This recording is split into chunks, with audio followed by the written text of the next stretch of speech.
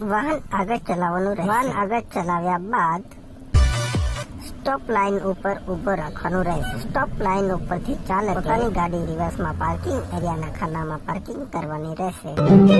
આપની ગાડી કોઈ પણ સેન્સરને ટચ ન થાય એનું ધ્યાન રાખો, તમે ફેલ થશો. ત્યારબાદ તમારી ગાડી આગળ લઈ જઈ ગાડી ઢાળ ઉપર લઈને ઊભી રાખી.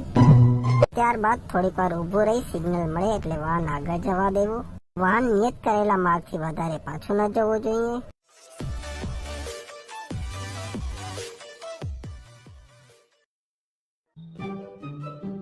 તેના પછી તમારી ગાડી નીચે દર્શાવેલ એરો મુજબ વાહન લઈ જવું.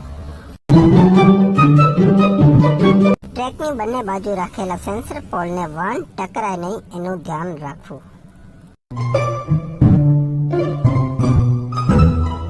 ત્યારબાદ તમારી ગાડી સીધી લઈ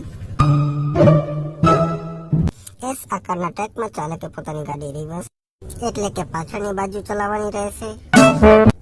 ગાડી પાછળની બાજુ ચલાવતી વખતે ચાલકે એસ આકારના ટ્રેકની બંને બાજુ રાખેલા સેન્સર પોલ સાથે ગાડી ટકરાય નહીં તેનું ધ્યાન રાખવું.